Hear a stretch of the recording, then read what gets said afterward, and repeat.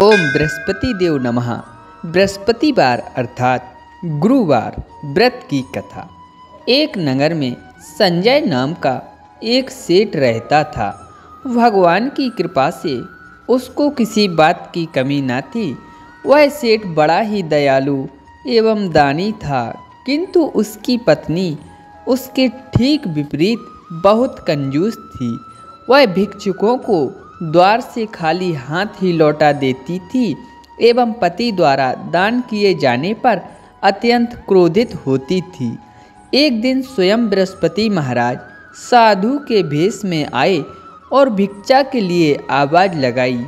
उस समय सेठानी अपना घर लीप रही थी, अतः उसने कहा कि महाराज, मैं इस समय काम में व्यस्त हूँ, अतः आप खाली समय में आएं, तभी मैं आपको भिक्षा दूंगी। यह सुनकर गुरु महाराज वापस लौट गए और कुछ दिन बीतने पर पुनः बृहस्पति देव साधु के भेष में उस सेठ के यहाँ भिक्षा मांगने के लिए गए, किंतु इस बार सेठानी खाना बना रही थी और उसने कहा कि मुझे इस समय फुर्सत नहीं है, फिर आना। यह सुनकर वह पुनः वापस लौट गए। कुछ समय पश्चात फिर गुरु महाराज सेठ के घर गए, किंतु सेठानी ने कहा, मैं इस समय खाली नहीं हूँ। ऐसा कहकर बहाना बना करके उन्हें फिर से लौटाना चाहा। साधु महाराज जी बोले, इस प्रकार तो तुम्हें दान एवं भिक्षा देने के लिए कभी समय मिलेगा ही नहीं, अतः क्या तुम एकदम खाली हो जाने पर ही भिक्षा दोगी? साधु की बात सुनकर सेठानी ने कहा, हाँ महाराज जी, मैं खाली होने पर ही भिक्षा दे सकूंगी। यह सुनकर साधु रूप में बृहस्पति महाराज ने कहा कि तुमको एक उपाय बताता हूँ, जिसके करने से तुम अवश्य ही खाली हो जाओगी। बृहस्पतिवार को कुछ दिन चढ़ जाने के बाद सोकर उठो तथा घर में झाड़ू लगाकर बीच आंगन में लगा दो।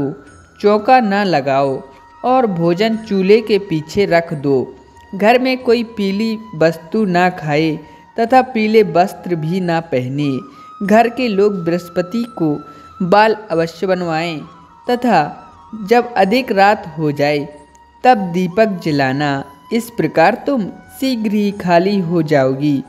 ऐसा कहकर साधु रूपी बृहस्पति महाराज जी वहाँ से थोड़ी दूर चलकर अंतर ध्यान हो गए। सेठानी भी साधु द्वारा बताए हुए कथन के अनुसार अपने कार्य करने में व्यस्त हो गई, जिससे कुछ ही दिनों में सब धन धान्य का नाश हो गया और वह भोजन तक को तरसने लगी। किंतु अब सेठानी को पूर्ण अवकाश था।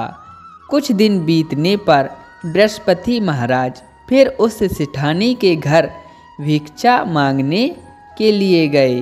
सेठानी साधु को पहचान कर बोली कि इस समय मेरे पास कुछ नहीं है, मैं आपको क्या दे सकती हूँ महाराज? यह सुनकर साधु महाराज जी बोले कि अब तो तुम्हें हर समय अवकाश है, अब तो तुम्हें कुछ हमें दान में देना चाहिए। साधु महाराज की ऐसी बात सुनकर सेठानी ने पहले की हुई गलतियों के लिए क्षमा मांगी और कहा कि आप मेरे ऊपर दया करके ऐसा कोई उपाय बताने की कृपा करिए, जिससे हमें धन धान्य की पुनः प्राप्ति हो। अब मैं कभी किसी को भी खाली हाथ द्वार से नहीं लौटाऊंगी और आप जिस प्रकार भी कहेंगे मैं आपका कहना मानूंगी महाराज। सेठानी की इस प्रकार की बात सुनकर साधु महाराज ने कहा कि अब तुम अपने नियमों में परिवर्तन करो और प्रातःकाल जल्दी सोकर उठो। घर को गाय के गोबर से लीपो।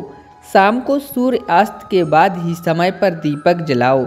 भिक्षुकों एवं महात्माओं को खाली हाथ द्वार से ना लौटाओ।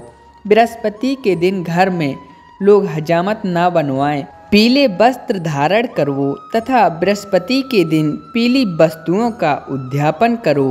ऐसा करने से निश्चय ही तुम्हारे सभी मनोरथ पूर्ण होंगे। इतना कहकर बृहस्पति देव अंतर्ध्यान हो गए। जो कोई भी नियम पूर्वक भगवान बृहस्पति का व्रत करता है और इस पवित्र कथा को सुनता है, ईश्वर की कृपा से उसे सुख और समृद्धि की प्राप्ति होती है। इसमें किसी प्रकार का संशय नहीं है।